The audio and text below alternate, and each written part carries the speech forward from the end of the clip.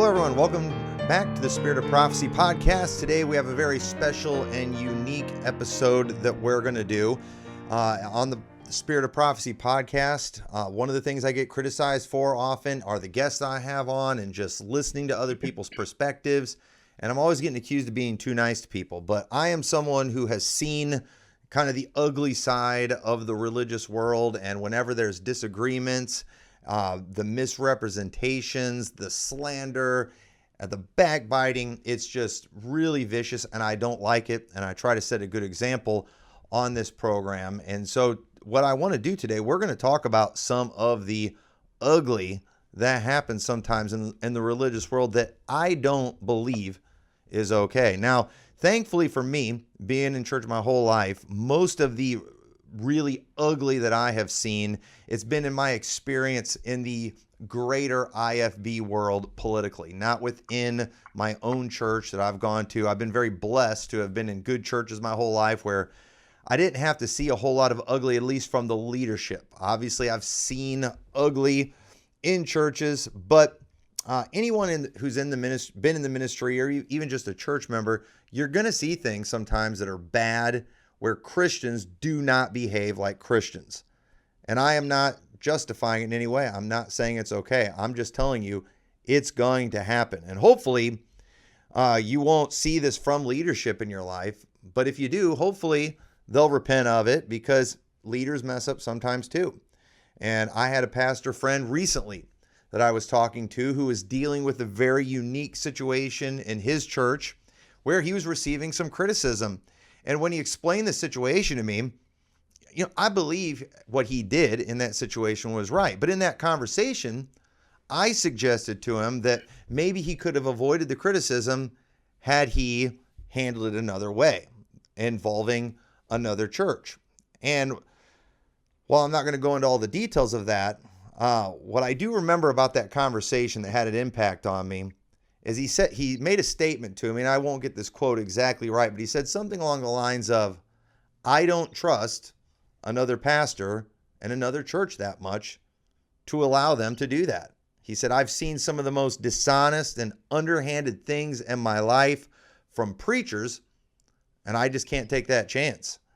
And while it was my initial instinct to want to say, well, that's unreasonable and you shouldn't be that way, I couldn't, because I knew he was right, because I have seen some pretty ugly things. And unfortunately, battles in ministry often make people a little crazy sometimes, and preachers do truly terrible and vindictive things. And so as somebody who's been in the IFB a long time, I've seen some pretty bad things in my life from pastors, but nothing compares to just horrific things I've seen from new IFB churches. And the IFB movement was something that came out of the Southern Baptist movement. In the Southern Baptist world, things were so structured. They had so many committees. A pastor couldn't change brands of toilet paper without going through committees and possibly risking a church split. And that was ridiculous. And so as a result, we kind of had the IFB movement where pastors had all the authority, where they could avoid that nonsense.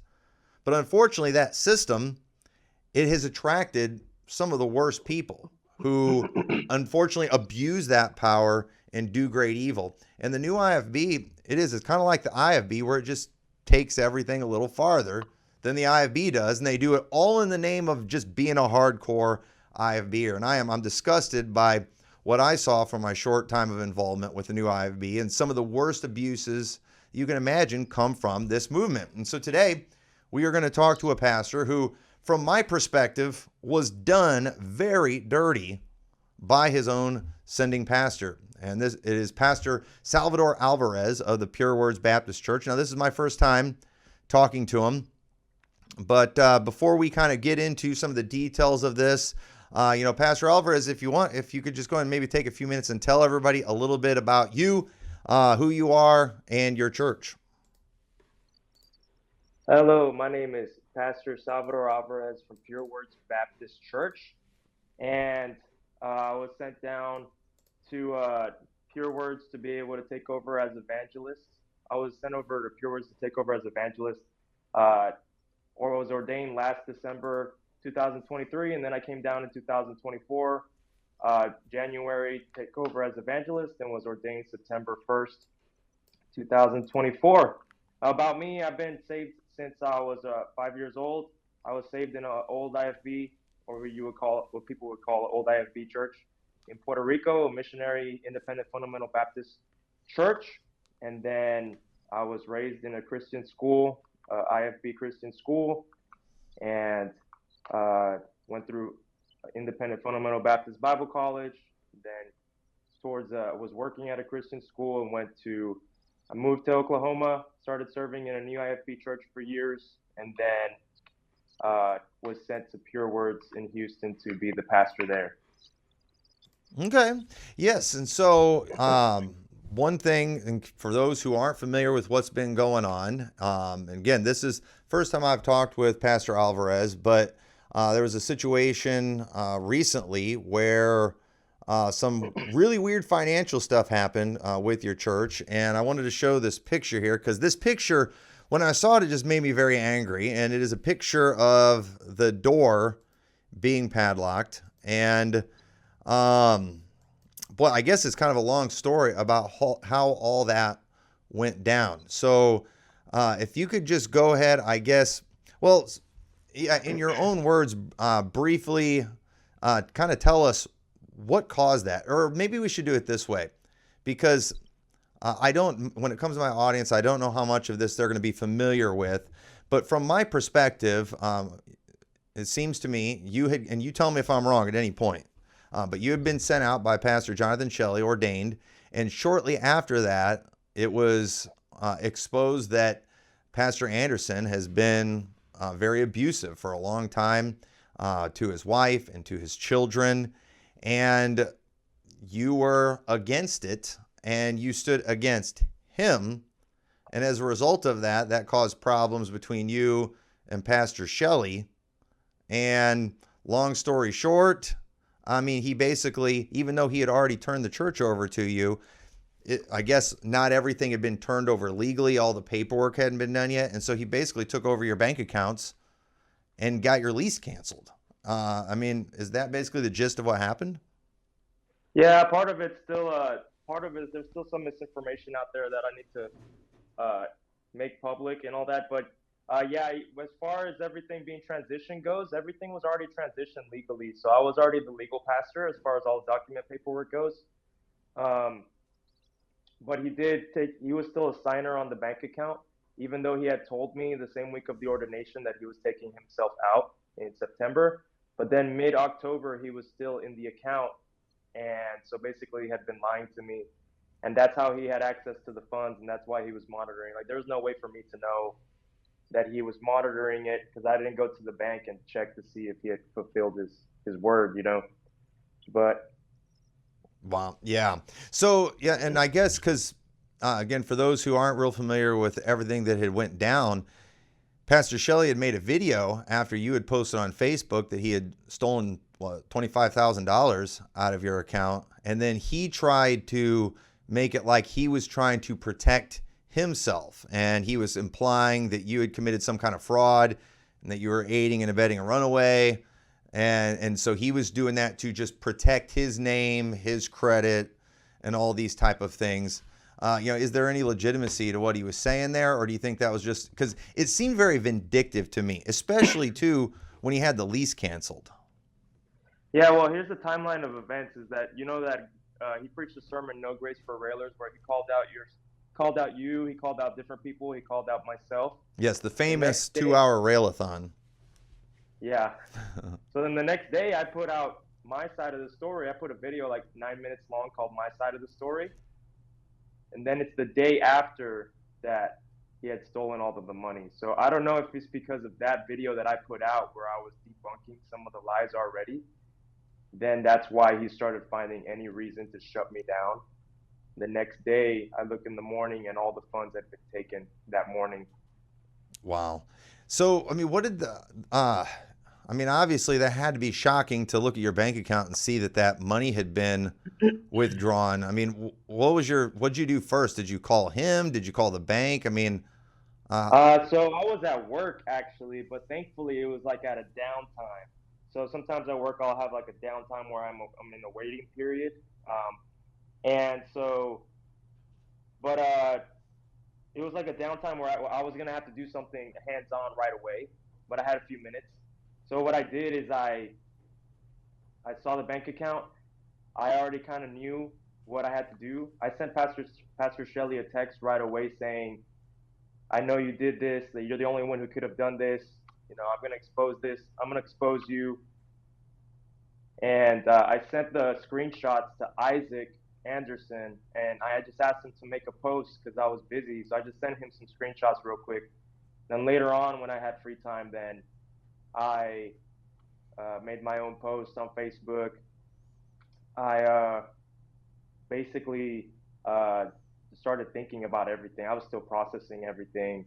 I was back and forth with Pastor Shelley. He was making threats and he was saying things like that I had done stuff illegal. He was trying to provoke me to say things that would incriminate myself, even though I had done nothing wrong. He was trying to get me to say that somehow I was aiding and abetting a runaway. He was trying to get me in a roundabout way to discredit the transfer of leadership documents, the transfer of directorship documents. So he was trying to do anything he could to be able to take his attack further. And there came a point in the text messages where I noticed that, and then I just stopped. I just stopped responding to him. But yeah, it was very vindictive. It was clearly vindictive, and he put out a video. After I made that post, it was pretty soon afterwards. He put out a video, and pretty much everything in that video, almost everything in that video, is a complete lie. Every single justification for what he did is just a complete lie. Yeah. Now, something I'm very curious about that when it comes to all this, because now refresh my memory. Did he take the money after his No Grace for Railers Railathon, or was it before? Afterwards. It was after that? After his No Grace for Railers and after I had made a response video. Okay. Because it was really weird for me because so I had done the original Facebook post against Pastor Anderson when I had found out about everything that was going on, which I knew would result in, me getting attacked by, Shelley and Mejia. They are always the loyal, lapdogs for Anderson. And I had no doubt about that whatsoever. And so Shelley was just waiting for an opportunity to come after me. He ended up using there was a Facebook conversation going on, and I referred to some of his lies that he had told about me. He had accused me of extortion and things in the past. And it's so funny the things that these guys accuse you of, how they end up being guilty of these things. But anyway, and so I brought that up. I referred to his church as Kool-Aid drinkers and things like that. And so then he sent me a text giving me a whole list of things that he was going to go after me for, because of my railings. And I just told him, I said, hey, if you want to go after me for all this stuff right now, be my guest. But I said, it's going to look really bad if you decide to go attack. At the time, I was the one guy who had stood up against Pastor Anderson while you're ignoring, all these massive beams in his eye. And we ended up talking for a long time. He calmed way down. And then he made that really weird video where he said a bunch of good stuff about me and talked about why he thought Pastor Anderson shouldn't step down. He was being real diplomatic and almost apologetic, which put me in a very bad position because I knew he was lying. I knew he was gaslighting, but it was it's going to look really bad if I keep hitting this guy, when he's being all apologetic and nice. And so I shut up. I didn't say anything about him publicly, and I knew it wouldn't last. But then when you did the post about breaking fellowship with him, me and my wife, we were guilty of the sin of liking that post. And he sent me a screenshot showing us that we had liked it. And he's like, I'm done showing grace to you. And he told me he was going to nail me. And then he went after us in his No Grace for Railers Railathon, which was hilarious. And the thing is, he went from being all nice and apologetic to making Anderson look really bad because of that recorded conversation with him and John Anderson. And then he does this 2-hour, He goes from that to this 2-hour over the top rail-a-thon. He did the weird Facebook post about being this being spiritual warfare and all this stuff. And now he's like fighting hard for Anderson, and he knows it's a satanic attack. But then he makes this foolish error he gets so arrogant, he thinks he can steal your money. And after that happened, he's been silent on this stuff, which is not like Shelley. And so the thing that I've been wondering is, I mean, do you think he knows he could get in a lot of trouble? I mean, do you think there's any chance he might do some jail time for this? Well, about some things you said, I think a reason why that he gets so triggered about you and me specifically is because we're saved and we go soul winning and we believe the right doctrines. We believe a lot of the same doctrines as they do. We don't believe weird things on core doctrines. So the thing is, they can't point out things about us like they could about other people that go against them. Mm-hmm. There's no way that they can call us a reprobate legitimately, like honestly, based on what we teach or believe. So they have to go over the top to try to justify attacking us, which is why he has to do that rail-a-thon. But I don't think, you said that about Pastor Shelley being quiet. And, that's really up to opinions, because it just depends if, based on, here's the thing about the new IFB, or about some preachers in the new IFB, right, don't want to paint with the broad brush, is that a lot of times if they don't like somebody, they'll preach about that person, but they will do everything but say their name. Mm-hmm. So there have been sermons that, I was at a point where I was not listening to his sermons because I was just trying to move on and, pretend as if none of this had ever happened. But then recently I've been hearing some of his sermons, and there are a lot of his sermons that are kind of like responses to all this, and are talking in an indirect way. It could be said that they're talking about me. Can I say that 100%? No. But for anyone with two eyes and knowing what's happened, it's pretty obvious. He preached a sermon called The Attributes of Judas. I was listening today. And the attributes of Judas is that they're patient, that they're quiet, that they're flatterers. And he talks about Judas waiting possibly 3 years before finding his right opportunity to attack his mentor, which is like something he could probably, like, is pretty similar to the situation, right? And me bringing this up, someone saw probably from the new IFB was like, oh, so you're calling yourself a Judas now or something, but it's just kind of like everyone knows who he's talking about. My thing is, if you're preaching against me, just say my name. Don't be a coward. Well, I thought they were all about naming the names. Like, if he's gonna preach against me, just say my name. Don't be a coward and do everything but say my name.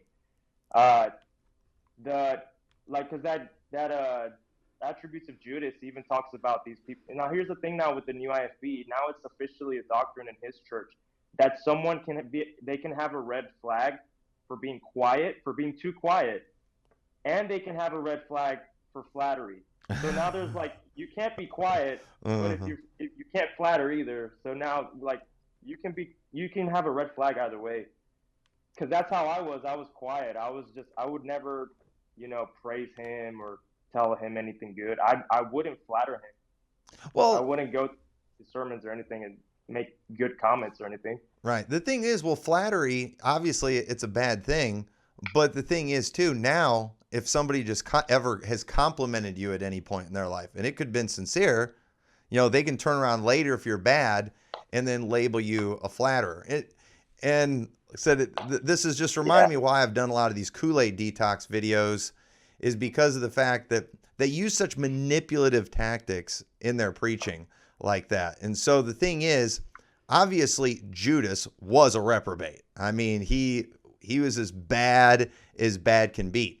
But at the same time, even Judas had been out doing some good things. He was a follower of Jesus. He was a disciple of Jesus. But now, if, we can, like, anything that somebody we don't like that has done, that's something Judas did. Judas also breathed oxygen. Judas, and they just start comparing all these things. So we're not saying they're a Judas, but here's some reasons to think they're a Judas. It's so weird how they do that. That's so common. the only qualification for being a Judas is you going against them now. Pretty much, that's what it is. Well, And yeah, then they, I'm telling you, the hypocrisy of the new IFB, it's so off the charts. And said they love the cancel culture, and it's in fact, there was just somebody today that was rebuking me for like saying things against saved soul winning pastors, and it's like, but I'm worse than they are, because I went on a podcast that after I went on the podcast, that podcast had a woman preacher on there. And that shows everything they need to know about me.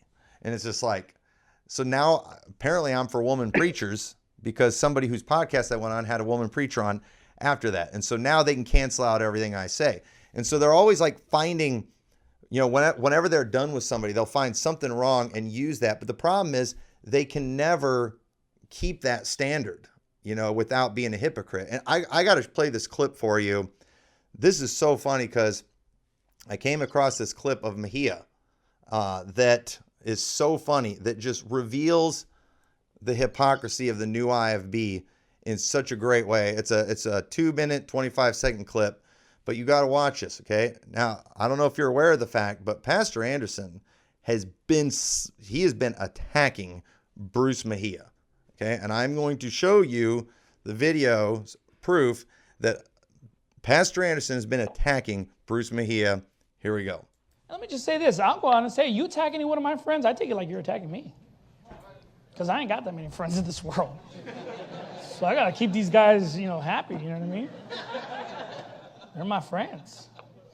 They believe like me. They're not ashamed of my companionship and my friendship. And the same goes for them. And so I take it as if you're attacking me. When you attack the new IFB, I take it like you're attacking me. Well, I'm not attacking. I'm talking about Pastor Bazarnsky. Well, you might as well say Pastor Mejia, because I take it as thus. Pastor Jared Pozarnsky in Fresno, who's been pastoring the church for 5 years and is running about 15. And every time I go there, the church is smaller than it was before. The church is smaller than when it started. Fact. I've been there. Have you been there? It just keeps... So the pastor of the incredible shrinking church he's qualified. He's super qualified, but I'm not qualified. I have been successfully pastoring for 18 and a half years, but I'm not qualified. You attack Pastor Jimenez, well, we just got something against Verity Baptist Church, then you pretty much have to say you have something against me. Because that's how we roll. You attack Pastor Joe Jones, and you talk trash about Pastor Joe Jones, just take it to the bank. You're basically talking about me. Like, hey, idiot, the Bible's not telling you to go in the attic when your wife yells at you. Like, I gotta get out of here. Retreat, abort the mission. Wait, yeah, right, you know what? I think you need to step down, Joe Jones, because it doesn't sound like you know how to rule your home. The Bible says you gotta rule well your own house. I demand that Joe Jones step down, because he got up and publicly said that if his wife mouths off to him, he's gonna retreat. He said it's better to retreat than to beat, with his stupid little rhymes. If things aren't going swell, find a temporary place to dwell. Sorry, I'm not going to be getting a hotel room, Joe Jones. I'm not going to the doghouse, Joe Jones. I'm not sleeping on the sofa tonight, Joe Jones. Because I rule my house well, unlike you. That's not Bible preaching. That's being publicly a retarded simp on YouTube. So, did you see that? I mean, can you imagine if any other man but Pastor Anderson said that stuff about those two guys? I mean, he'd be all over them. And I don't know if you've seen those memes of the one guy, he's kind of walking like he's all tough and he bumps into the little guy real hard. And then these other big guys come and he like gets out of their way. And then, and then after they get passed by, then he's acting all tough again. That's kind of Mejia. Anybody that goes after his boys, because, in the new IFB, you attack any of them, attacking me, that's how we roll, unless it's Pastor Anderson.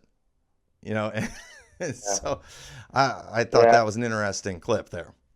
It was easy for him to say that in a new IFB conference when everyone's getting along. Yes. I doubt he'd stand by that now.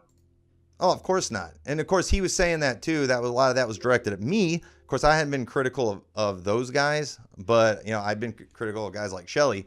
And so, Mejia doing damage control. But I do think it's a good thing. I was thinking about today that, the Red Hot Preaching Conference, it really degenerated into something bad. In fact, I think it all started going downhill the year I preached there, not because I preached there, but it was 2019. I remember Anderson, that was the year he kind of changed the dynamic of that when he used that conference to basically settle scores, because he was mad at guys like Manly Perry and Michael Johnson for criticizing him over his documentary he did with Dane Johansen. And that message got all the attention. In fact, and you can ask people in my church this, the best message of that conference was preached by Jonathan Shelley. And I still remember it because he preached. I was late that night because our flight was late, and so I watched his sermon later.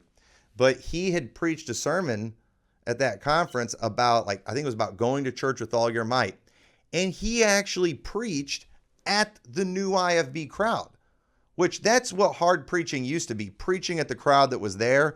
Where in the past, the Red Hot Preaching Conference, it was all about the Jews and the homos.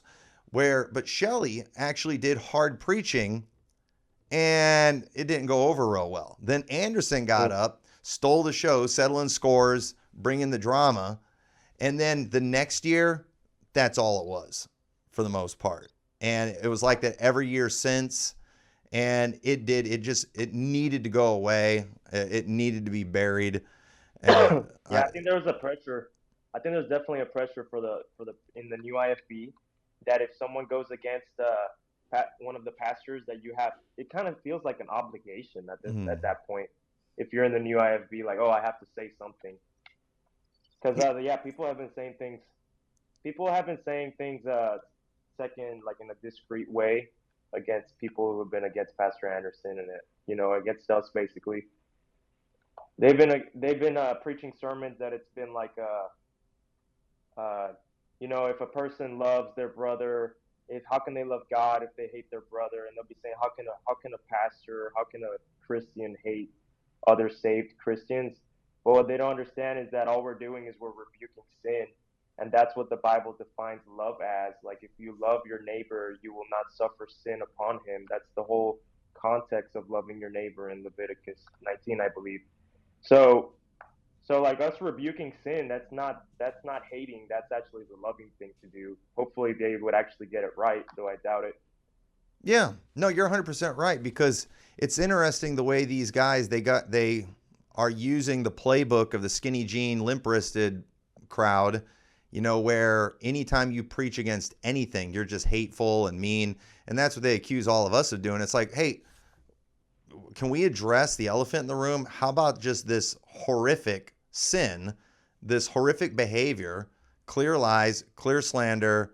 Oh, but no, we're just hateful. And it's always hating on soul winning people, hating on saved people, as if the fact they go soul winning, that absolves them of all sins. And, and so, and again, I guess a few questions that I had for you too, because, when it came to Pastor Shelley, again, our church did not like him when he first surfaced.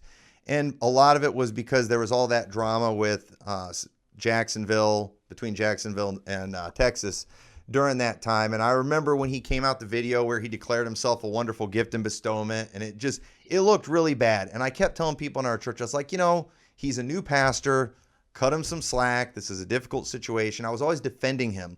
And I remember after that Red Hot Preaching Conference, I went and I told everybody, I was like, hey, you got to go watch that message by Pastor Shelley. That was really good. He's not that bad. And when I've been around him in person in the past, he's had a very different persona. And I have to remind myself of that, because before this whole thing went down, I wasn't really familiar with you. I knew the name. I knew you were associated with Steadfast. But I have a very difficult time not thinking the absolute worst about anybody who is associated with Shelley. But it seems to me like he's kind of one guy when a camera's on him and another guy when a camera's not on him. how did you ever work with him? Was there something you were seeing in him that maybe the rest of us aren't seeing on camera? Is it? As far as like, well, here's the thing: is that I was in Steadfast OKC for years, Mhm. and he had these church plants, but it's not like he was going to the church plants every week. Mhm. He wasn't going to Steadfast OKC. There was a time he was going to Pure Words every week on Thursdays, but he wasn't going to Steadfast OKC that frequent because there were preachers up there. There were people who could take care of things. So it's not like I have had tons of conversations with him personally. Honestly, most of the conversations have been throughout this whole, him choosing me to be a pastor. Mhm. Like, that's actually the main conversations. I'd be surprised if we've had more than 15, I'd be surprised if we've had more than 20 conversations in our whole life, like the whole time I've been with him, like long conversations, not just chatting like, oh, hi. You know what I mean? Yeah. See, that's so fascinating to me just because I remember Shelley had said he had never even gone soul winning with Pastor Anderson, and yet Pastor Anderson ordained him.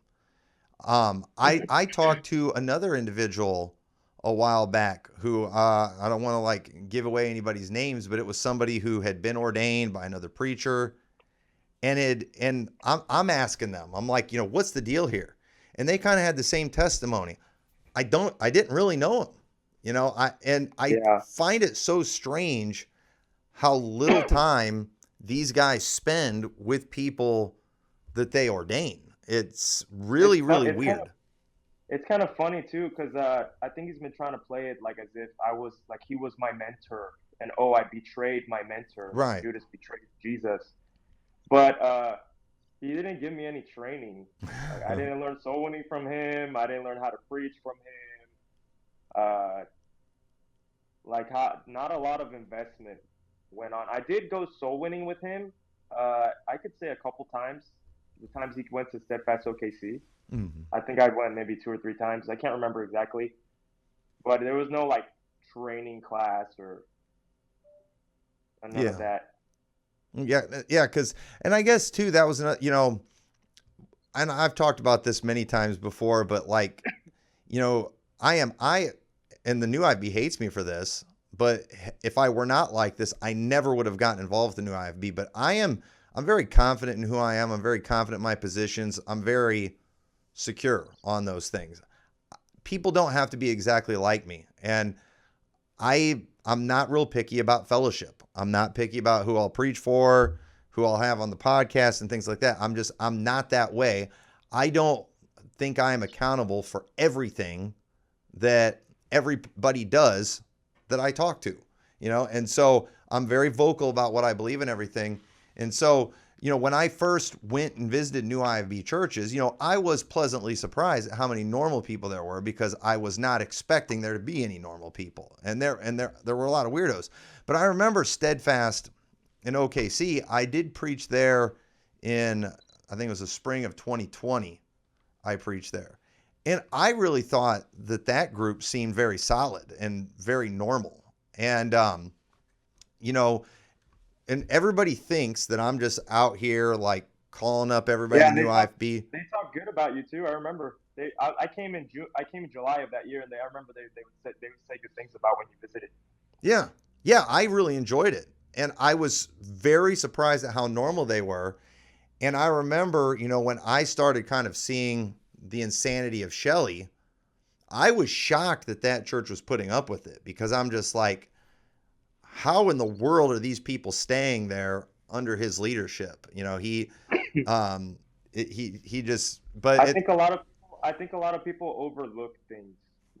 I think a lot of people they see soul winning, they see King James, they see clear salvation doctrine as far as like going against repenting of sins, and they even if they have some things they don't agree with, they might just be quiet about it just because they know that for the most part the doctrine is solid. Yeah, and I guess maybe that's something I struggle to relate with, and that makes a lot of sense, because I've only ever really been in 3 churches my whole life that I can remember, and I've been in this one for 13 years, and I've been the pastor. So obviously I have a little bit of influence on what goes on and what's preached here. My previous church I was at for 23 years, and my dad was the pastor. And then the church before that, my dad was a pastor for 5 years. And before that, I was too little to remember. So I've never really had to put up with all of that stuff. And so I guess it's hard for me to imagine being so desperate for a certain type of church and a certain doctrine. But because it does seem like, though, people are overlooking some very serious behavioral flaws. And I do know in the new IFB, I haven't gotten around to it.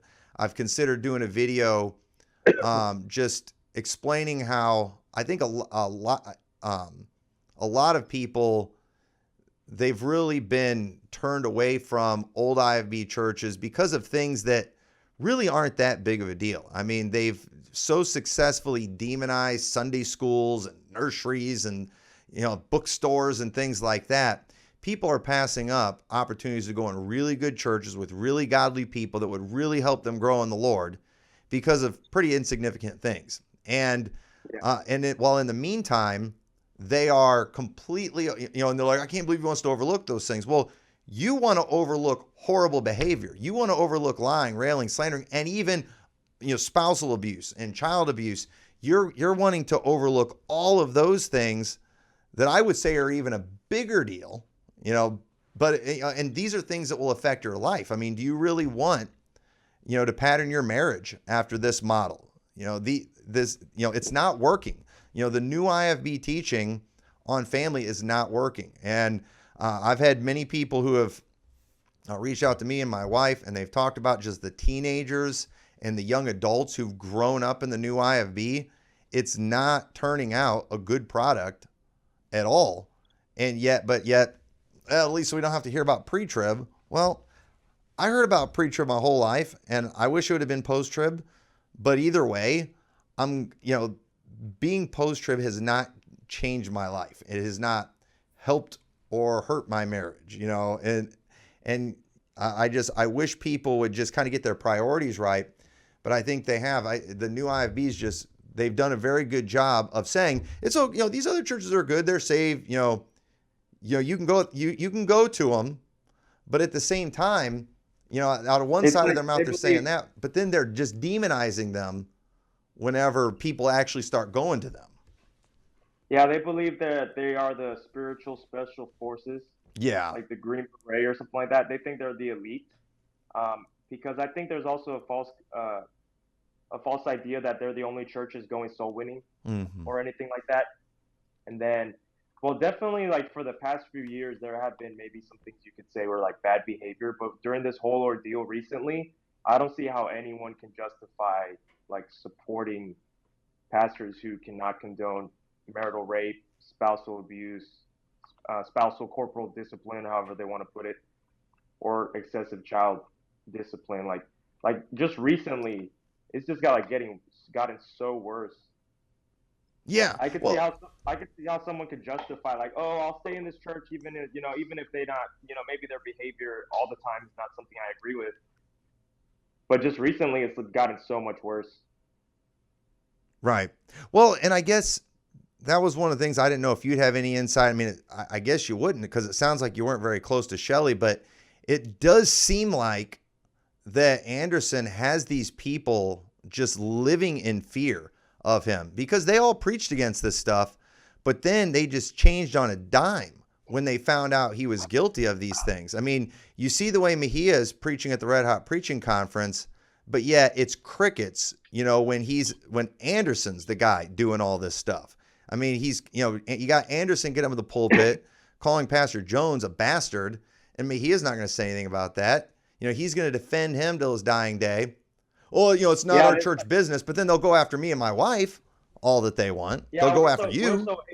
We're so hateful because we calling out the sin that these pastors are condoning and preaching. Mm-hmm. But then they're not hateful for, calling people names, for just calling them out, or they're not hateful for trying to shut down churches or trying to get people to step down that have not actually committed crimes or terrible sins like they have. Right. Yeah, and I guess does Anderson have dirt on these guys or something? Maybe. I can't say. I can say yes or no. I think there's something to be said about peer pressure. Hmm. There's something to be said about the financial motivation too, because what's my financial motivation to preach against Pastor Shelley, or to say Hmm. something against Pastor Shelley, or to break fellowship? Like, Right. what's my financial motivation? People in my church were gonna leave. I knew that. I was gonna lose people. I was gonna get attacked. I knew that. Like, what's my motivation? I don't have any incentive. What's his incentive for supporting Pastor Anderson in spite of his original secret meeting, that was sent out where he said he was going to call him out? Hmm. What's his incentive for changing his mind? Maybe it's that Pastor Anderson has dirt on him. I don't think that's what it is. I think it's peer pressure from the people in his church that are full blown Pastor Anderson supporters. I think there's a financial pressure that if a lot of people who are Pastor Anderson supporters leave his church, then he's going to be affected financially. I think that's affecting a lot of pastors, Okay. like Yeah. not just Pastor Shelley. Yeah, and I guess that was one of the things I was wondering too, because I mean, we've had some Anderson zombies come through this church, but and here's the thing too, from the time we started having people that were visiting us because they found out about us through Pastor Anderson, I never felt like I needed to like set these people straight on any area where I disagreed with Pastor Anderson. The way I looked at it, hey, he reached them. I didn't reach them. They're in my church, because he recommended our church. So I don't feel like I need to badmouth him or say anything. However, I'm not going to pretend anything.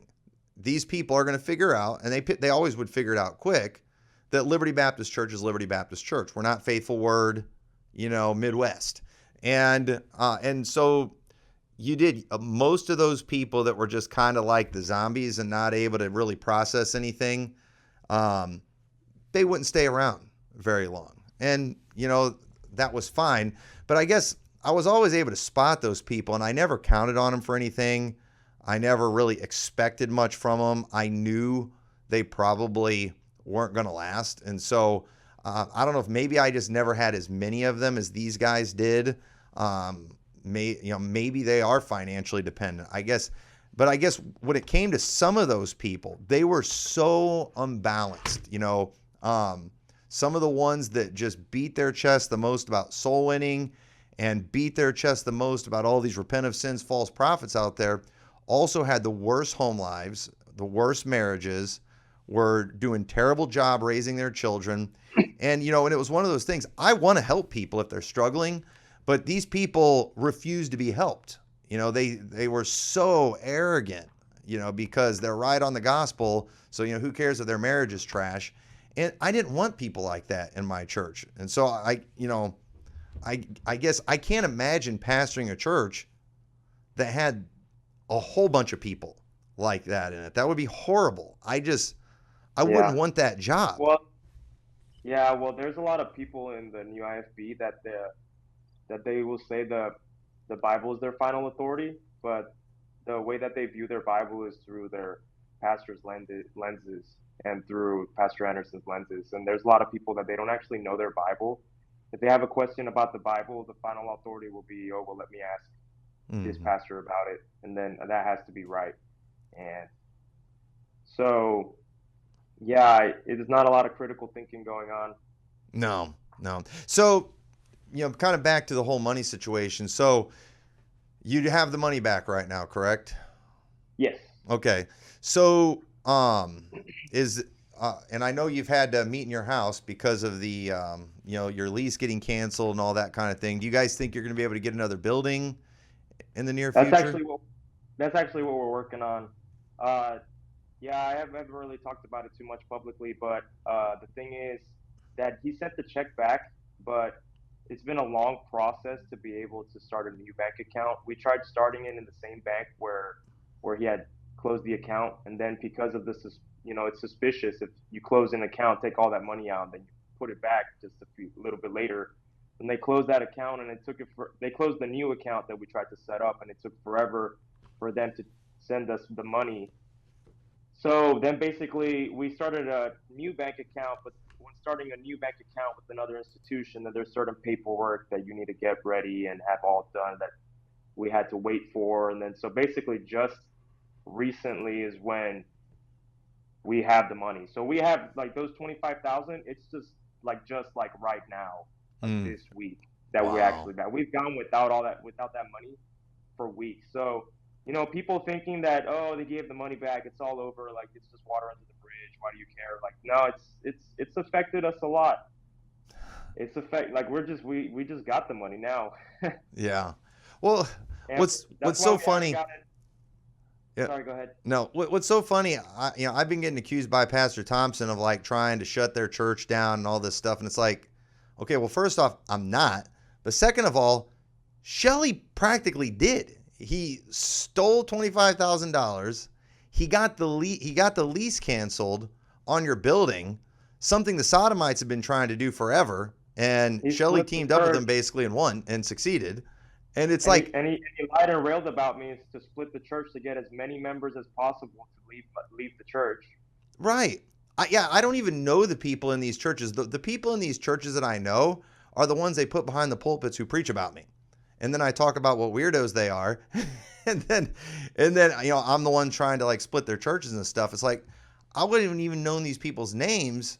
I never brought them up had they not been talking about me in their services. So again, all the stuff they accuse you of doing, they're doing.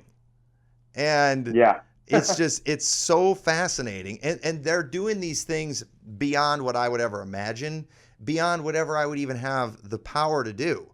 And then yet their followers just, they listen to what they say, and people from the Steadfast Church, they'll think I'm the bad guy trying to shut down all these churches and stuff.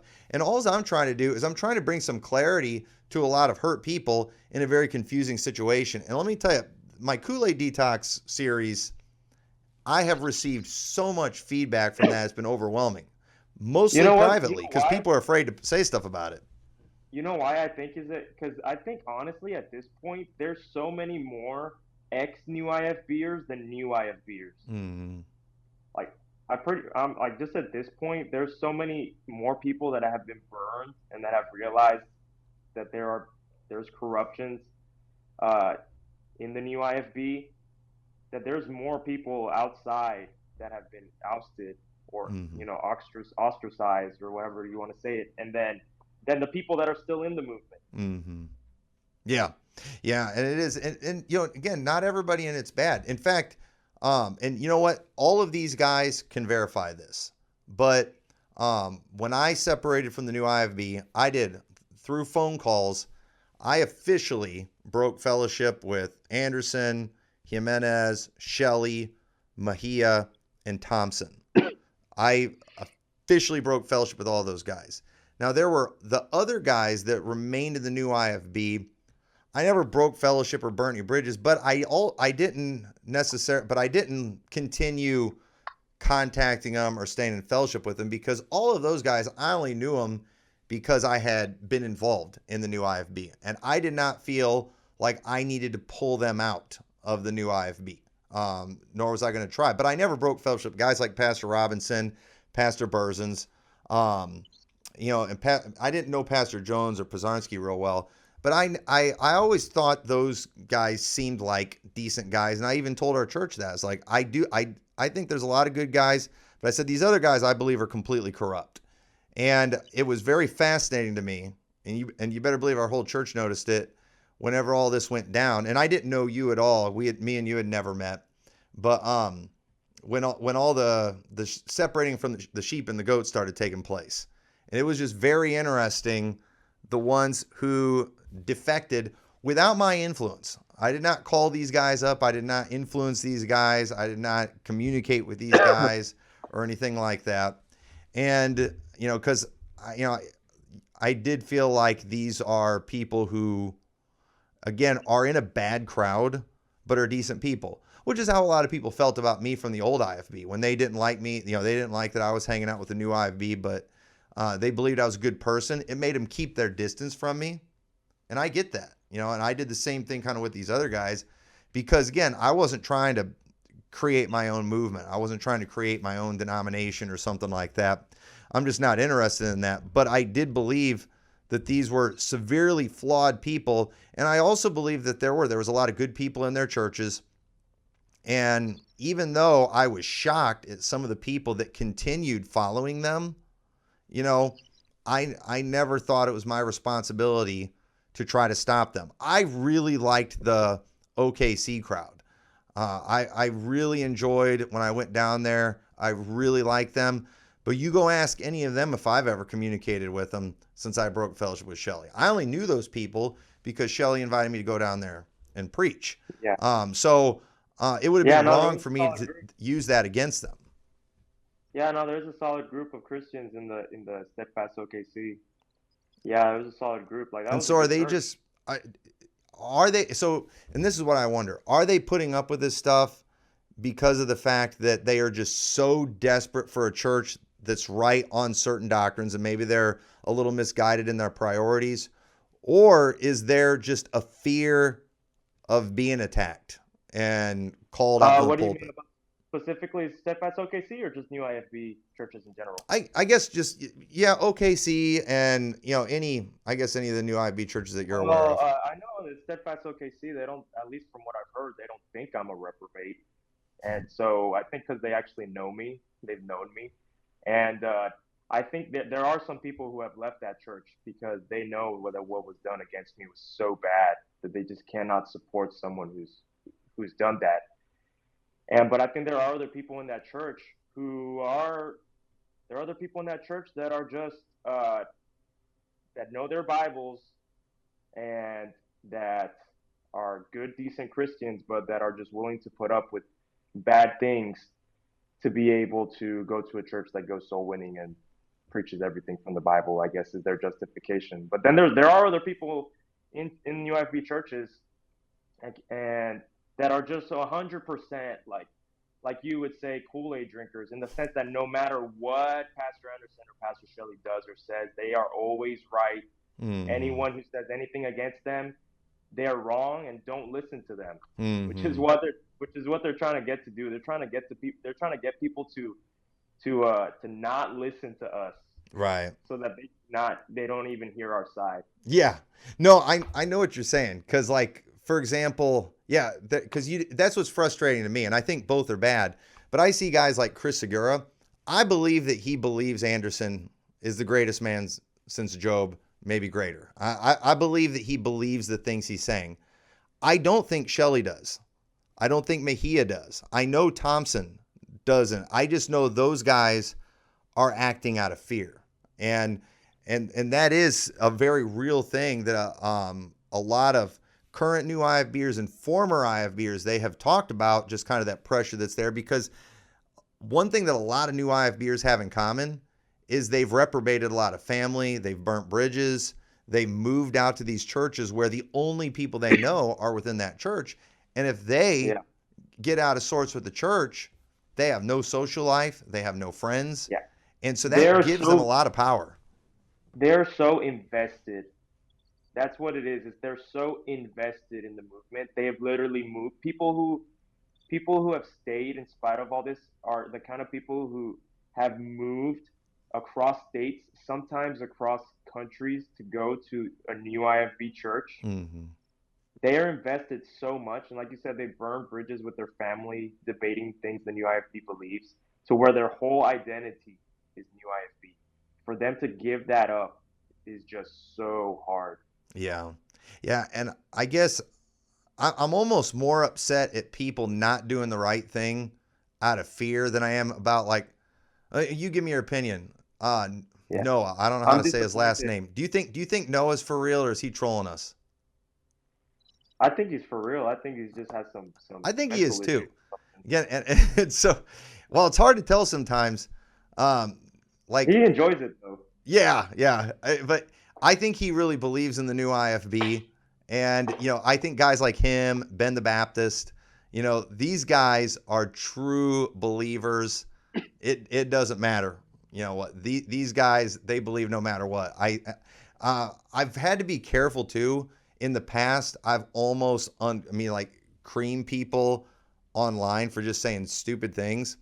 And then I've like met them in person and they're like not all there mentally. And so I try to just tell myself everybody in the new IB that acts like that is like just mentally has mental problems. And and so maybe go easy on them. But there's the true believers, but then there's the people that are there out of fear. And they're like, what's it going to take to get these people to get a backbone? There are people in the movement, I can guarantee that, just from experience being in New IFB Church for years. There are people that are scared to disagree with the pastor. Mm-hmm. There are people that they will not say a different opinion than what the pastor says for fear of, because there's the fear of being reprobated, mm-hmm. but then there's the fear of being labeled as someone that shows red flags. Yeah. Their own terminology. So there's red flags, which is like partway towards reprobation. And that was an issue when I came to Steadfast OKC. They had just kicked someone out called Bo Ballard. Oh yeah, I remember that. Yeah. Mm-hmm. So then I'm coming in from Puerto Rico, moving across it's still United States people, mm-hmm. but it's still a U.S. territory, but just going to in mainland United States. And there was a time where my wife and I were like looked suspiciously at, like, was it true? Even Pastor Shelley admitted to me later on, it's like, yeah, there was a time we thought you were infiltrators because how could it be for real that someone would actually come and help at a church? And we would say that, like, they would ask us, well, why are you here? It's like, well, we wanted to go to a church that preaches the gospel, and we wanted to go to a small church to be a blessing and help, and that's what we did. Yeah, I know somebody else. This is somebody else's story, but they have the same testimony. They went to one of Pastor Shelley's churches at one point, and they were just getting like this serious third degree and kind of treated like infiltrators and stuff. It was so weird, and it's like, who does that? Yeah, it's weird, but now the story is, well, Judas is quiet and Judas is patient. So Judas will be there for years to gain your trust. Well, yeah. I got to go listen to that one. I haven't heard that message, but I love these manipulative messages. They are so fun to break down. Unfortunately, I don't have time to just like break down all these guys' sermons and to just show people this is what they're doing to you here. Okay. Yeah. When it's an hour and a half sermon, it's going to take time to debunk it. Right. And it's like, and I don't want to look petty critiquing all their sermons. So I try to reserve it for ones that are about me. But I do want to say, I listened to your sermon that you just preached about the new IFB, good doctrine, bad application. And you get it. You get it. Cause that's what they do. They will go and they will like preach a truth. They will expound a truth from the scriptures, but then they will just make an application that's off the wall. And that's what they do with all this reprobate stuff too. Yeah. So it'll be like, for example, Pastor Shelley's recent sermon, My Wife's Body, My Choice. It'll be like, the Bible says that the wife hath not authority over her body, but the husband. So that means it's my wife's body, my choice. I get to do whatever I want. It's not her, like implying marital rape is okay. Like, yeah, that's not what the text is saying. The Bible says render due benevolence. I think that means consent. Right. So it's just, they take a verse and people who don't know the Bible, people who just are swallowing what they say, they will say, oh, well, he preached the Bible. It has to be true. But they don't understand that he's not applying it the way the Bible applies it. Right. Yeah, I just listened to Aaron Thompson just did a message about like respecting the mark. And oh my soul, that one is so funny because I mean, it's very clear that obviously he just wants to make it clear that, hey, if I mark somebody, you have to shun them. It's so, and obviously you can find in the Bible where we're supposed to throw people out of church. You can find, we're supposed to mark and avoid and all that kind of thing. And so it's like anywhere you can show in the Bible where something is allowed, it's now allowed whenever we want. And it's like, well, wait a minute. This situation doesn't really fit that. This is a bad application. And sometimes it's really obvious. Yeah. Sometimes it's really obvious. Like in that same sermon, Pastor Shelley said, my wife's body, my choice. When it comes to education, And he says, because 1 Corinthians 14 says that if a wife have a question, let her ask her husband at home. And then he's like, I think that applies to all education, not just the Bible. So if my wife is, I have to control everything that she reads and sees and watches, and like taking it to so far. Like, my question is, how do you enforce that? Which is what that's where it goes into dangerous territories. How are the husbands enforcing my wife's body, my choice? Because they're enforcing it somehow. Right. Well, and it's like, I've never felt the need to police what my wife learns from. Okay. Now, obviously, if my wife started like coming to me and is like, you know what, I want to cut off my hair and dye it blue, and I'm going to start using my maiden name or something like that, I'm going to be like, hey, where are you getting this stuff? Where are you getting this idea? And I'm going to put a stop to that. But at the same time, it's like, I don't make her check the stuff with me, and we have a good relationship, and she's going to know if something, I would approve or not approve. And if something's questionable, she'll ask. In fact, I remember when we first got married, she had read one of Michael Pearl's books, I believe. I think it was Train Up a Child. And I was not real familiar with them. But I remember she was reading that, and it was so long ago. But I do remember her like bringing some stuff up about it. And I remember I just kind of looked up these people, and I saw a ton of red flags. And I just told her, it's like, you know what? Watch out for these people. I think they might be bad news. But, she read this stuff, and she was very capable of seeing through the junk, and seeing, how, again, the Bible teaches to spank, but there is an over the top, way you can do this kind of thing. And so, I guess if my wife was just completely stupid, I might need to do something like that. And so, my question when I hear these guys talk about this stuff, it's like, just how bad are your wives? How dumb are your wives? Even if you convince me that biblically you could spank your wife, why do you need to? It's well, it just shows how it thankfully my wife is actually like, she obeys the command, husbands, wives submit to your husbands as unto the Lord. If a wife is doing that, then if she's reading a book that you don't like, and she knows that, then she's going to stop reading it just because of, she knows, she respects your authority. She knows you're the head. You won't have to enforce it in a weird way, but it gets really cultish when you hear things from people in the new IFB saying, I have to take away the car keys from my wife because I want to prevent her from sinning. I'm scared of my wife watching a soap opera. Let me throw away the TV. Let me trash the TV. Let me take her phone and confiscate it from her. Right. It's just like creepy things. Well, yeah, and again, it's not even a matter of can you do this, but it's like, hang on a second, time out.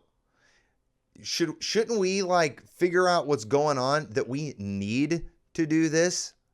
Again, technically, if your child is under your authority, I guess technically, legally and everything, you can spank him. But wait a minute. You have a 17-year-old and you need to spank him? Can we talk about this? Something is wrong. Something went wrong raising your children that you are still needing to do this kind of thing. And it's just so fascinating to me. When I remember when I started getting like 10, 11, 12 years old, if I remember correctly, I think I got my last spanking at 14, if I remember correctly. But I remember by the time I was like 10, 11, and 12, my parents, whenever they would have to spank me, it was like, I shouldn't need to be doing this. And I remember the last time I got spanked, I had not been spanked in a long time, in a very long time. And I do remember I was pushing it big time. And it was because I thought Dad wouldn't spank me. I was like, he's done spanking me. And so I did, I pushed him too far. And my dad's like, you know what? I can still spank. And he spanked me at 14. And I was embarrassed by it, but, and I don't think my dad was wrong in doing that, but it was embarrassing because of the fact that I'm 14. I shouldn't be getting spanked. And if it hadn't been for the fact that I was super over the top in doing it, I clearly deserved it, and it would just, if it would have kept happening for every little thing, it had just made me angry. It would have made me probably turn on my parents. And so it's just, that clip with Anderson too, where he's like, creaming Joe Jones and like talking about his good marriage, like he knows he's running home. It's like, are you kidding me? I mean, that's like, getting advice from Pastor Anderson on like raising a family and a marriage would be like getting Jabba the Hutt's advice and losing weight or something. It's just, Yeah, it's like listening to going to a carpentry class in your shop teacher has like all missing fingers or something like that. yeah. Give us a safety seminar. Yeah. Yeah. When his nickname's Stubby. Well, and so this is because, and again, I guess, you weren't around Pastor Shelley much, because this was another thing I've wondered about too. Like, Pastor Anderson has always been pretty extreme, a little crazy, over the top. But it's always been my opinion he comes by it naturally. That's just his personality. Some people have really intense personalities, and they tend to just go all out and go a little overboard on everything. I'm not, and I think it's dangerous if you're teaching everybody to be the same way. But if that's just who they are in their personal life, that's them, that's their personality. But it does seem to me like a lot of preaching you hear in the new IFB, especially from Shelley, who seems to just be imitating Anderson, that he is being over the top for the sake of being over the top. It's like he's trying to convince everyone he's like Pastor Anderson. He's this hardcore, independent, fundamental Baptist. And so he's always just taking these extremes on everything. And I do not believe it's sincere. And the reality is, it's either, he's being fake, trying to convince us, or he's just an idiot. If he thinks that the stuff he's preaching is good and it's going to help other people, I think he's just being over the top, like a lot of these young guys are.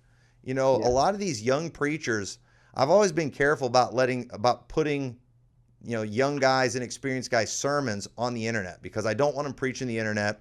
I don't want them going saying over the top stuff just for the clicks and things like that. I think that's really bad. They need to learn to preach to the people in the room. And is that what's happening? Are they just trying to convince us they're all IFB? That's funny you said that because they're actually trying to convince people that's what I'm doing, that I'm like seeking attention. But I'm like, I learned a lot of the things that I do from the new IFB, and not all of it is bad. Like, it's not bad to try to put yourself out there and like reach more people through the internet or something like that. How is that all of a sudden bad? They do that all the time. So as far as your question goes, whether or not he's genuine, or whether or not he's just like putting on a show, I can't say for sure. But in my opinion, I think he's actually believes what he says, and that he is trying to gain a following. He's just really ambitious. He wants to be like Pastor Anderson's YouTube ministry revisited. You know what I mean? He's trying to maybe reach that peak, which is why he has like have all these things, which in and of itself is not bad. Like, well, it is. What you believe is not bad. Yeah, I get it though. Because and I guess that's the danger of social media, because the problem is when you're a pastor, you have to be a pastor. You have to strike a balance. You have to, because you're supposed to be setting an example for everybody. When you are a YouTube influencer, you need to be crazy. You got to be over the top. And that's just it. Guys like Shelley seems like they're preaching more for the internet, than they are for the people in their church. And it's like, the thing is, I can understand where somebody might put a message that's over the top out there for the internet, because you don't know the people that you're talking to. But it's like the people in my church, I'm looking into their faces. I talk to them after church. I know them. I see their children. The men in my church that I preach to, I know their wives. And I can't imagine, how I would feel as a pastor if, my preaching is causing them to hurt those children, to hurt their wives. I can't handle that. Now, again. Well, I don't know. I think he believes it. I think he's like all in. Really? I think he's not like purposely deceived. I think he's been so affected by Pastor Anderson's ministry that he is the result of a person who is 100% buying into everything Pastor Anderson believes. And then he in some ways, he's like the next level, like the logical conclusion, to believing everything Pastor Anderson says. You know what I mean? And I guess that's so weird for me, because, growing up in the IFB, I've always enjoyed the crazy guys. They're entertaining. You know, I used to drive 2 hours to go hear Phil Kidd preach. If he was anywhere in the area, I go listen to him because it was entertaining. But I never for 2 seconds thought I need to take everything he says and I need to apply that to my life. I just found it entertaining. When I would go listen to, if I'd listen to a Tony Hudson or even Pastor Anderson, I liked hearing him just rip on things. But it came natural for me to eat chew up the meat and spit out the bones. But I guess that was one of the weirdest things for me with the new IFB is that these people, they blindly follow these things. And it's like, again, there's a time, it's kind of, I guess I've always looked at preaching. It's kind of like that coach, when he's talking to the football teams, like, we're going to go out there, we're going to murder those guys. You pound them in the ground. Obviously, we're speaking metaphorically. We don't literally want to kill them, right? But you're trying to motivate them. You're trying to get them psyched up. And that's what we do in preaching. And I've done that in the past. And that got me in trouble recently because of that clip several years ago where I was talking about, the women that leave their husbands and all that kind of stuff. And, and you do. Sometimes you do. You preach like a coach where you're kind of saying things over the top. The thing is, your team gets it. Your team in my church absolutely got what I was saying. But in the new IFB, they don't get it. And it's like, Pastor Shelley doesn't get it. This stuff that Anderson's been going like crazy on, use that to just motivate you and fire you up, but don't literally go do this stuff. And the people in these churches are literally doing the stuff he's preaching. That scares me that these guys believe it.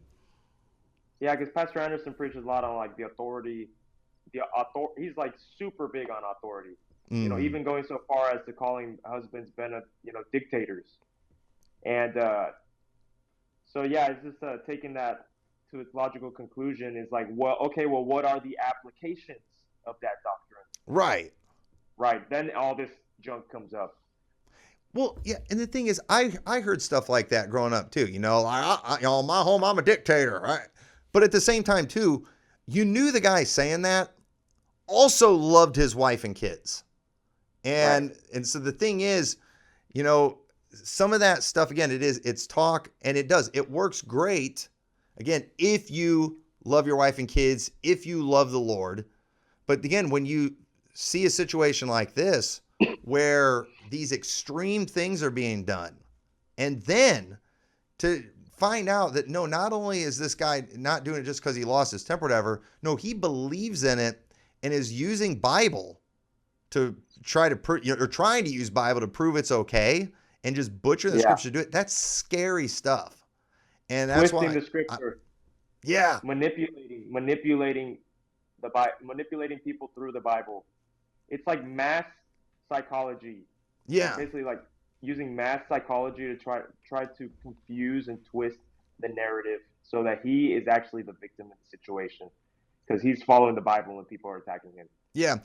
And I guess that's what bothers me so much about this, because, when you hear the kids, Anderson's kids talking about all the stuff that he did, it's like, well, you feel bad because, like, well, I guess it is consistent with his preaching, but at the same time too, I thought he was always just, like I said, being a coach, and for example, I won't name this preacher, but he tells a story, and I know this preacher well. I know how much he loves people, and like these kids that he said this to, they have grown up, they're serving the Lord, and they love him. But there was a situation, I don't remember if their dad died or their mom was single. I forgot all the details of it, but she was having problems, with their boys. It's tough when you don't have a dad in the home. And so she took him to the preacher to talk to him. And he basically told those boys if they didn't start listening to their mom, that he was going to get involved, and he was going to whoop their britches so hard that the smoke was going to cause the fire alarm to go off, and obviously he's not literally going to do that. I don't even think that's possible. But again, you said, and you would hear preachers, they used to say stuff like that, just kind of some of these over the top things like, man, my kid said that, they wouldn't be able to sit down for a week. Nobody thought that they, actually now we got to go home. We got to spank our kids till they can't sit down for a week. Nobody Yeah. thought that, but in the new IFB, they do. It's so crazy. Yeah, I wouldn't say everyone in the new IFB, but yeah, in general, people think it's acceptable at least. I wouldn't say everyone actually buys into it like that's because I'm sure there are people who actually read their Bibles and think for themselves in the new IFB, and they understand. Yeah, that's over the top. I don't agree with that, but I'm not going to leave the church for that. I'm sure there's plenty of people who are like that. I have hope for the people in the new IFB. I have hope for the people in the pews that they actually are, like, not all of them are actually terrible people. I actually hope and believe that they actually, some of them, I would hope most of them actually love God and are actually passionate about serving God and do care about what the Bible says more than what a man says. Mm-hmm. So, but yeah, it is sad when they put up with junk being preached. Yeah, it is. It is. And it really makes me sad, just the lack of accountability. And that was one of the things that really shocked me. When I was involved with these guys, I just, in some conversations we had, I was really, really surprised at just the lack of structure, the lack of accountability, especially with finances and stuff. Again, I get it, but the thing about accountability, you said, it keeps us from going bad, but it also keeps bad people from wanting to get involved in what we do. And you got to have the checks and balances in place. And, it's one of those things where when I got involved in the new IFB, I had some conversations with pastors about that, and we completely disagreed. And I continued doing things exactly the way I'd always done them. And after some time passed and I saw certain things going on in the new IFB, I actually doubled down on what I was doing and took it even farther, because I realized just how, corrupt somebody can be and just how much they can abuse things. And it's just amazing how these guys, they don't learn any lessons. And it's like, okay, yeah, you made some mistakes. That happens. People make mistakes. They mess up. But these guys are masters at finding a way to take the scriptures and preaching them in a way to justify whatever sinful behavior that they're doing. Just be like, yeah, Right. I messed up, and do better. People will be forgiving. But Yeah, I don't know. It's hard to imagine some of the IFB pastors ever apologizing or changing their mind about something they've said. well, they're not going to, because Pastor Anderson's literally never done it, and they follow his lead to the T. So it's not going to happen. It's a kind of authority mindset to where the leadership can do no wrong. I don't have to apologize to anybody, even if I did do something bad. Yeah. Yeah, and I don't even think they need to make it public or put it on YouTube or anything like that, but they definitely ought to tell their church, man, I'm sorry, we messed this up. And, it's pretty sad. One of the things too, that I have seen some sermons that are just horrible, where they are just going after former church members and things. It's so bad. And whenever I see that kind of thing, I just always think, what they just did? They just made everyone in that church terrified of ever crossing them. And it's like, I don't want people to be in our church out of fear. That's not going to be a healthy relationship. Just like I don't want my wife doing things a wife should do out of fear because I'm going to beat her up or something like that. Yeah. That's not a fun relationship. And it's just, to me, as a pastor, I get it. I've had people that have left our church, and I know they're mad at me, and I know they're probably bad-mouthing me. And it stinks because, people won't always tell you. They won't always give you a chance to defend yourself. But at the same time, too, when that happens, and I know it's probably going on, it's like I can get up and I could blast these people from the pulpit, which would probably just affirm what they're saying about me, but it will also create fear to everybody else in the church. And what I've just had to do, and the way I've operated over the years, is it's like, you know what? I'm going to have to ignore it, and I'm just going to have to hope the people in my church do the right thing and come tell me if they're concerned about something.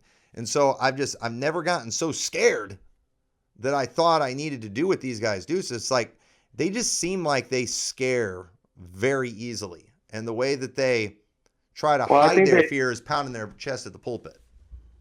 I think they just wear their emotions on their sleeves. They do not, if they are upset about a situation, they will preach about it for weeks. Mm-hmm.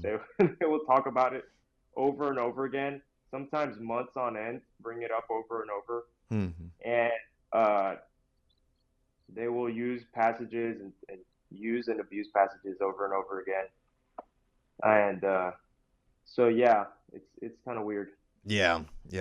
Now, have you considered possibly like changing the name of your church as a way of just like breaking any previous connection to Shelley and the new IFB or anything like that? Like when you get a new building, you're going to keep the same name? No, not at all. I am considering adding, like on the sign, adding the Spanish version, because the plan is to keep having Spanish services once we have a building, Lord willing soon.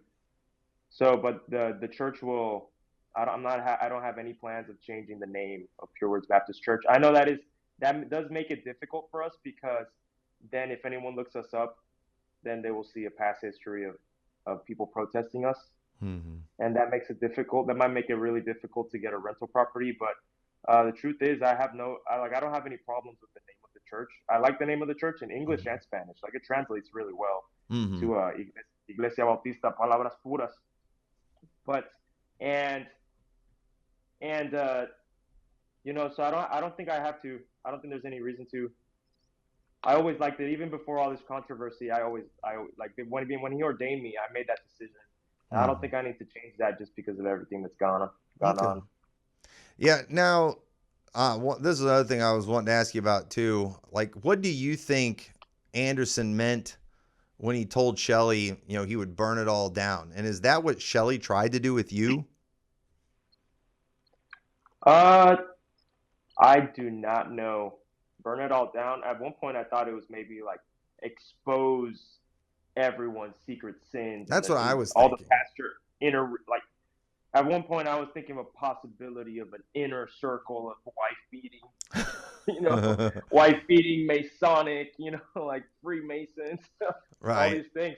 But obviously that's just, imagination. That's not anything I actually seriously considered, but it did come to my mind when he said that. I thought about possibly, like, is he gonna kill himself? Is he gonna go off with his kids and wife and go in his van and jump off, go through a cliff or something? Those are all situations that came to my mind.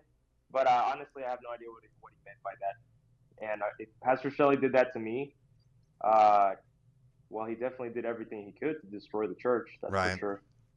Yeah, and I guess, what it probably was is Anderson probably just would have, again, while it makes sense that, because the loyalty these guys have for him is just unnatural. Anybody who would defend the stuff that they're defending, it just seems like, he must have some serious dirt on him. But at the same time, too, what it may just be, if Anderson preached a sermon against them, it would split their churches. He might still have that much influence, and maybe that's what he meant by that.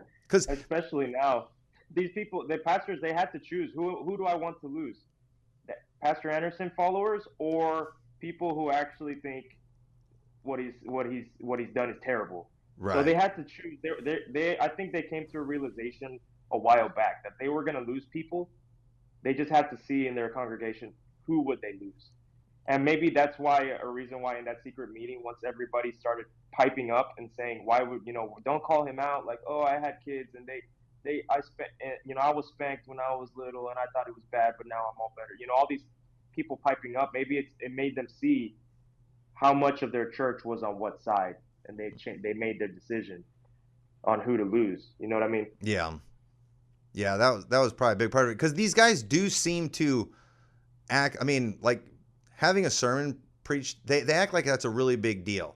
Shelley has threatened to preach sermons against me and has come through on those threats before, but he always presents it to me like I should be worried about it, and it's just like, go ahead. I mean, He's already going to do it. These are promos for my podcast.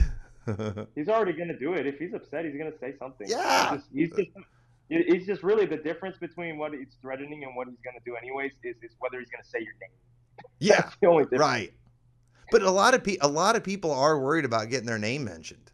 It's fascinating where it's just like, me, I'm like, please, please do, but I guess, fortunately, I don't have people that they have power over in my church. And the thing is, if I did, I would want them gone.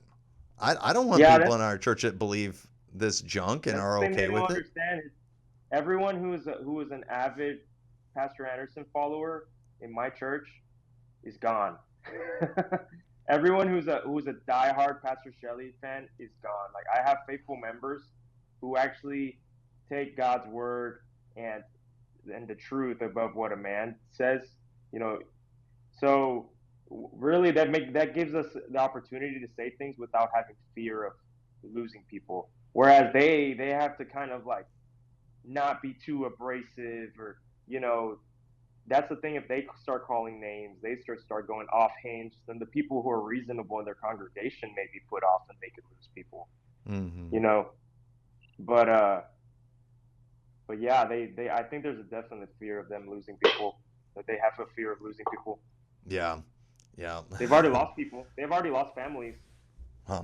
Well, we should expect a sermon now that you and I have talked together about who was it? Herod and Pilate coming together. Cause of course me and you were never at enmity with each other, but at the same time, we will become Herod and Pilate. So it will be the post, or it might be a Facebook post. It might be, choose your friends. Are your friendships based on hate or love? Yeah. Yeah. Or something like that. So anything that Pilate or Herod were guilty of, we're going to be guilty of too. We washed our hands. We're not guilty of, beating our wives and kids, just like Pilate, trying to. Who's the fox? Who's the fox in the situation? Yeah. That's the question. Oh yeah. So those will be fun. That'll be my next promo, for the podcast. So Oh, that was a good one. Yeah, I saw that. Of course, unfortunately, now we said it. Now they got to think of something else. But it would have happened. Well, it's like I said, it would make it so easy for them if we preached some damnable heresy. Oh yeah. Like, I'm sure there's people in there, either themselves or in their churches, who are like sifting through sermons, just looking for any of the tiniest detail to reprobate me. Oh, they've been looking for 5 years for me. They have needed me to preach some kind of damnable heresy. They desperately, because they always have to cancel opposition. It's like, hey, just admit it. We have a huge disagreement when it comes to, things concerning the family, when it comes to raising kids, when it comes to husbands and wives, and, you guys are failing, some of us aren't. And it's funny too, because when I was putting that promo together in Bruce Mejia's sermon, he was talking about how I can't say anything because I'm not done raising my kids. Well, come on. First off, I got a long time before I can say anything then, because I have 8 kids ranging in age from 22 to 4.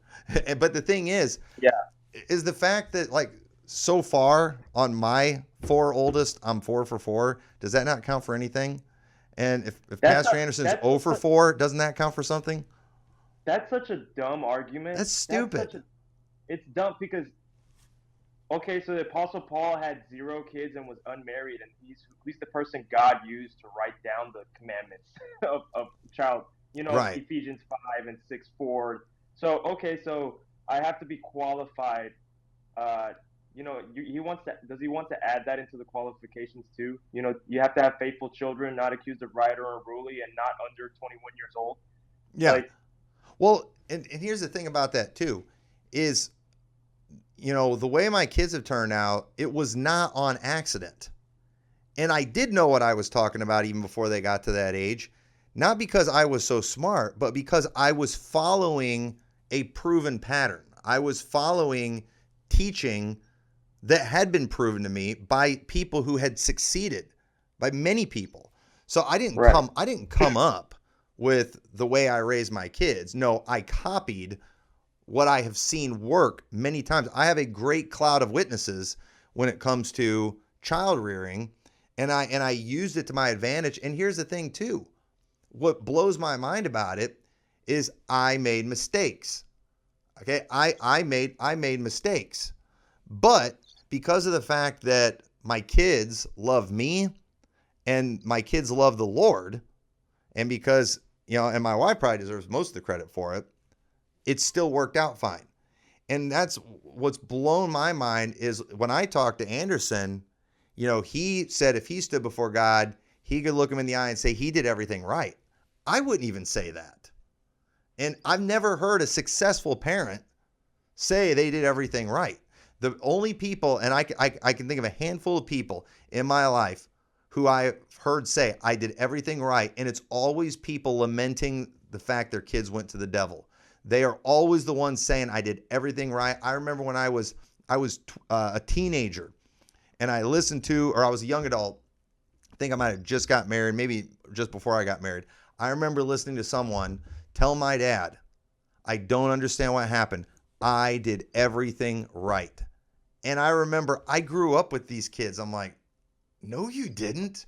Even I knew what they did was not right and was huge, had made huge mistakes. I could have told her. She didn't ask me and I wouldn't have told her, but I could have told her a bunch of mistakes that she had made. And so I've never heard a successful parent say that, but I have heard epic failures say that. It's really fascinating. Yeah, it's weird. I wonder if they're just thinking that he might be justifying it in his mind, because some people, they actually believe what they say, like they believing their own lies. You know what I I mean? think he believed it. Yeah,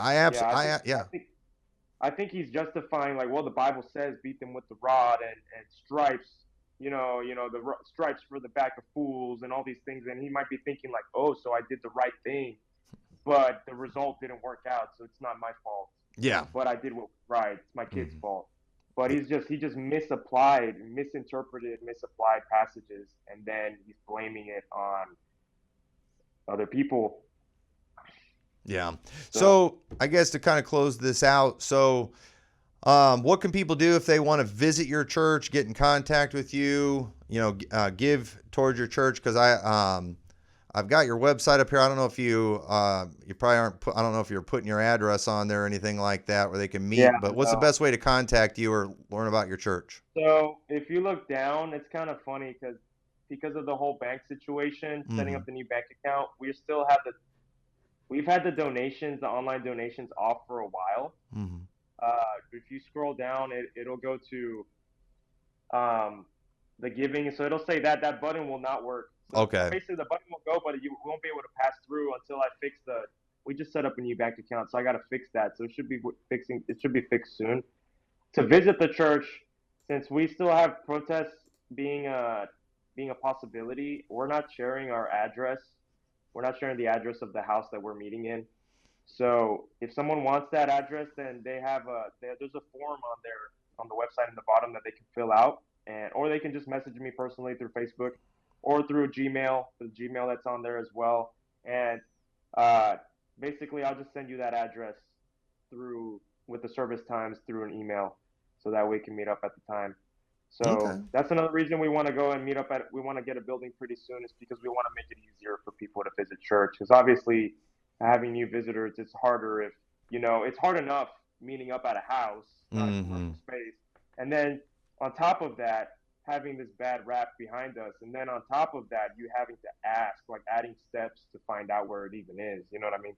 Yeah. So, but yeah, hopefully that's all resolved soon.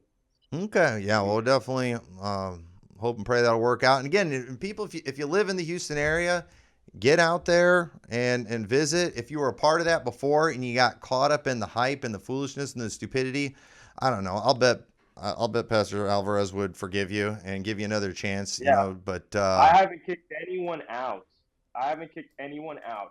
Pastor Shelley has poisoned people against me and other backbiters, railers, gossipers of his cronies have tried to.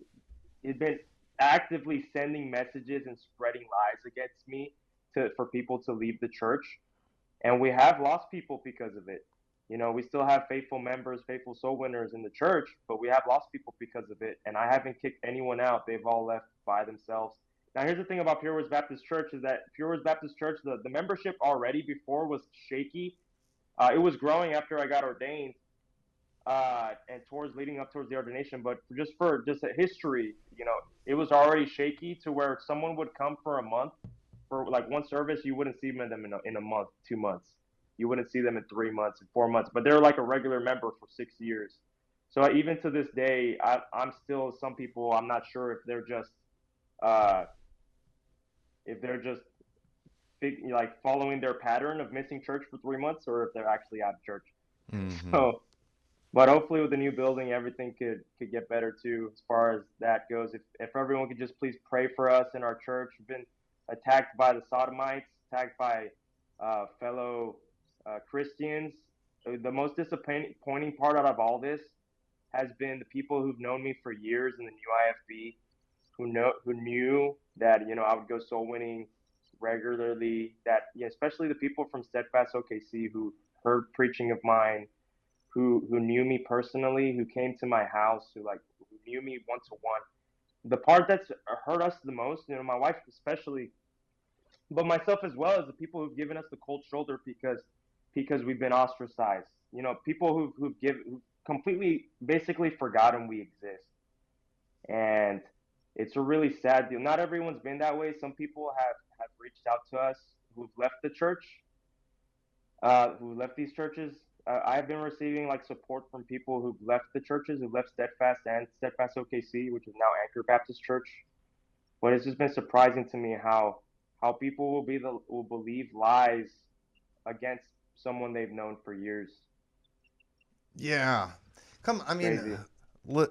People, former Pure Words people, you OKC people, I mean, what are you smoking to think that this stuff is okay? And I don't know. It's going to happen to you. Someone recently who left Steadfast OKC, I've heard, I'm not going to say names, of course, but there's members that are going up to other members and saying, do you really think Pastor Alvarez and his wife are reprobates now? Or do you really believe they've done they've done a complete 180 and that they hate Christians and they hate the work of God? And it's no, we're still the same. We haven't changed. Yeah. I don't think they believe that. I think it's fear. And that's sad. I mean, while we were in the new IFB, I remember there just came a point where I don't know for sure which reprobation it was, but I remember just talking with some people in our church, and I was like, it was like, oh yeah, who's reprobate now? It's like, we're all going to get reprobated eventually. And I just got to the point where I just didn't care. It's like, that's why I am going to be me. I'm going to be genuine. And, I just refuse to sell my soul to avoid a reprobation. It's just not, it's not worth it. Yeah, some people, I think there was a person who when I was making very bold stand against Pastor Shelley and all this, he says you're not the Salvador that I knew. You'd never be this bold or this offensive. And because the thing is, there's one thing when I'm a layman, I'm a layman. I'm going to listen to my pastor. I'm going to respect the authority. I'm not going to divide the church. I'm not going to say anything against the pastor. I'm going to be respectful because I don't believe that that's right. I don't believe it's right for a member to actively seek to usurp the authority in a church or divide the church. I don't think that's right. I think if a member has a problem with the church and they can't resolve it, they should just go to another church, not try to break up that church or attack the spiritual authority that they're under. But here's the thing: when I'm a pastor, my spiritual authority is Christ. So I have him to give account to. I don't have to please Pastor Shelley.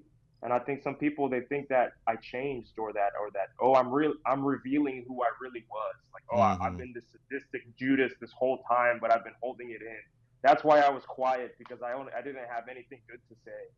And just quoting things he was saying in his Judas sermon, and just and they think that, but it's not true. Like, I did not change. I just noticed lies, and I understood that as a pastor, I'm called to rebuke sin, even if it's another pastor doing it. Well, isn't that supposed to be a new IFB thing? They love when we're calling out old IFB guys.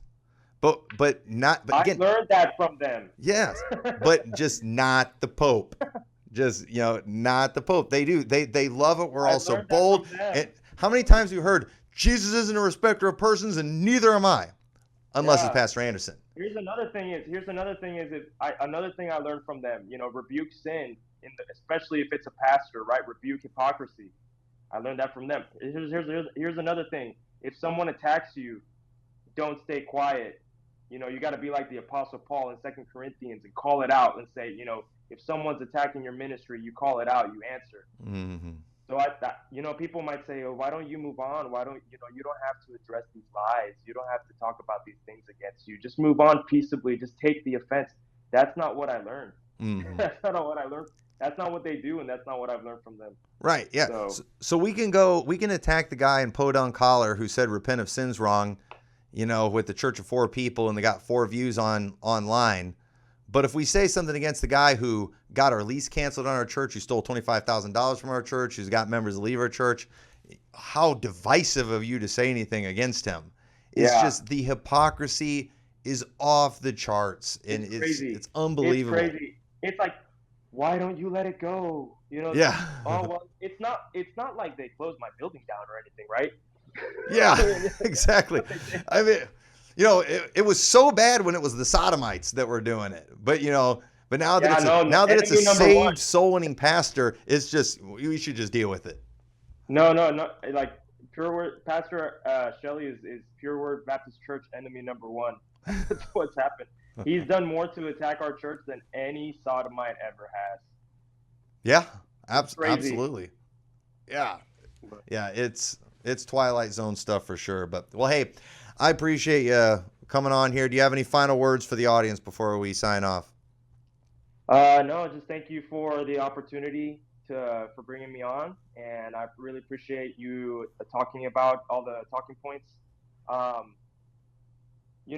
I think for everyone in the audience, if you are in the new IFB, I think it's really important for you to not buy into what they're saying, to not listen to other opinions. I think that it's very important for you to understand that when they tell you don't listen to other opinions, it's them trying to shut up the other side, because they know that the other side has logical validity to it, that it's actually true.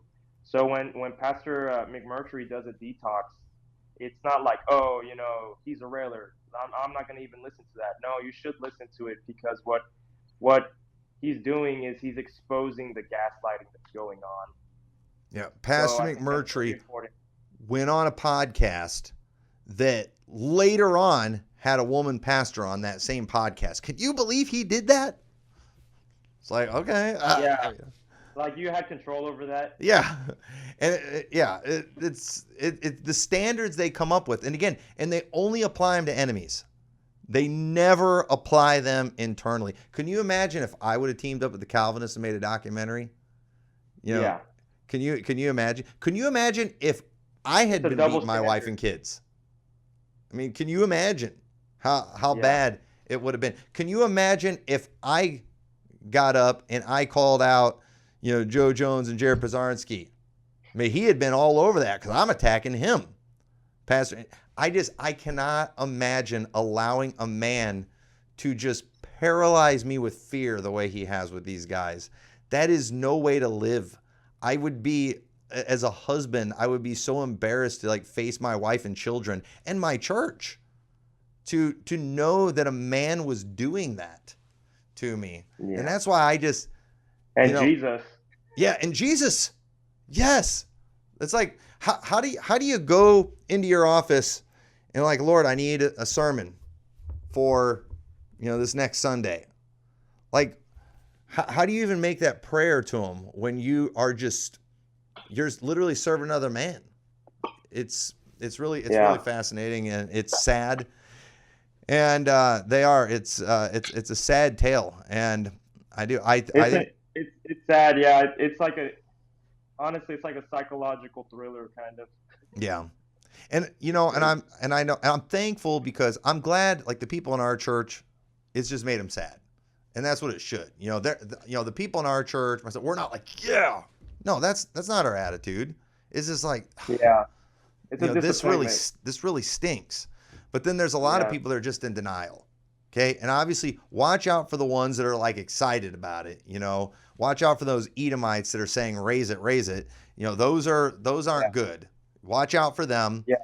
And I don't team up with those people. I get, they come on my posts and on my videos and comment, and some of these people I know who they are, some of them I don't know who they are, but I see them Edomites.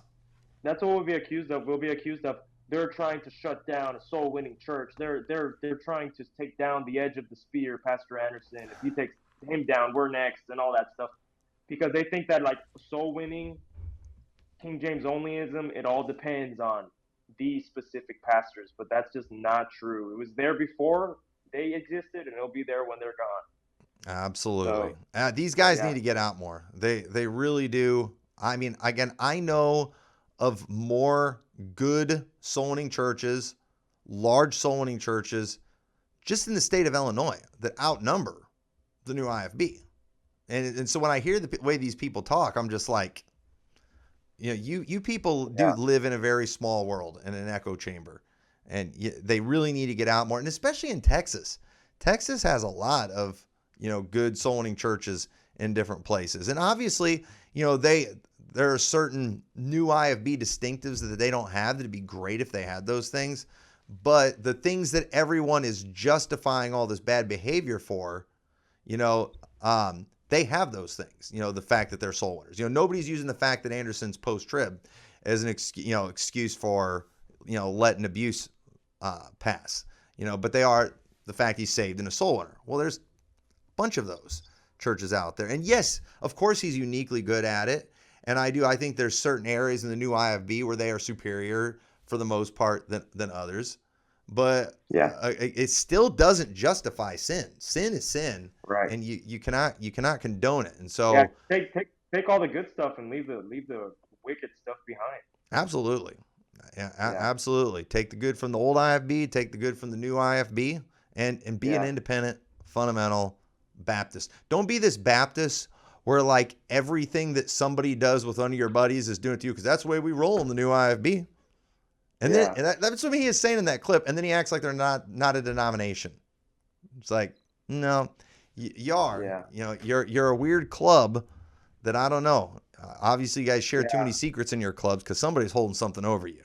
If you're my hope is like with the videos that you do and sermons that you preach and I preach about this, or just videos exposing it, that at least the people in the church who choose to stay, that they will not adopt the wicked things that are being preached. That they will see, hey, this is wrong. Yep. And that even if they choose to stay and go soul winning, praise the Lord, you're going soul winning, but don't actually put in practice what you're listening to when it comes to the family, when it comes to those extreme things. Yep. Yeah. So, well, hey, I appreciate again you coming on again. And if I may just give one final word to the audience, for those of you out here that you hear this and it's making you feel uncomfortable, it's like, why can't we just all move on and do our own thing? So shut up. This is why you listen to the new IFB, because of the fact they were bold and calling out sin. But this is what real hard preaching is, when it hits home, when it hits you right between the eyes. And it's real easy to cheer on that guy that's creaming that dude that we don't know. But listen, we got to deal with things in our own camps, and that's how it's supposed to be. So don't give me that baloney. Don't give me that baloney, especially if you continue to support these people, because they're still doing that nonsense. But they're being a hypocrite about it. They're only applying these things to the outside, and they never do it from within, and that is not okay. And unfortunately, In the religious world, sometimes things they get very ugly, and it's not okay. It is, and let's not, just because it happens does not mean it's okay. Preachers, let this be a warning to you. Do not let people scare you into doing crazy, vindictive things. It's not worth it. It's not good. It's not okay. And church members, don't put up with it. You should not put up with this kind of thing. Do not allow your pastor to become a cult leader. But you can't be a cult leader without cult followers. And don't be those people. You can do better. I've met many of you. I know you are normal. You can be normal, but I think you're just afraid right now. And you're not helping anybody by cowering. You've got to do the right thing. You got to stand up to this stuff, and you'll be glad that you did. Eventually, it's gonna be you. Eventually, they're coming for you. If you stay in there, as soon as you step out of line, you might as well rip off the Band-Aid and walk away while you still have some dignity before you've reprobated everybody in your life. Just get it right. And so I know this was a kind of an unusual episode today, but unfortunately, things get ugly sometimes. And you all see the way I handle opposition on this show. I try to be very fair. I try to show a great deal of grace because I have seen the ugly in the religious world. I have seen the ugly in the Baptist world, and I don't want any part of it. I don't want to be that way. And so I try to follow certain principles on this program and in my church.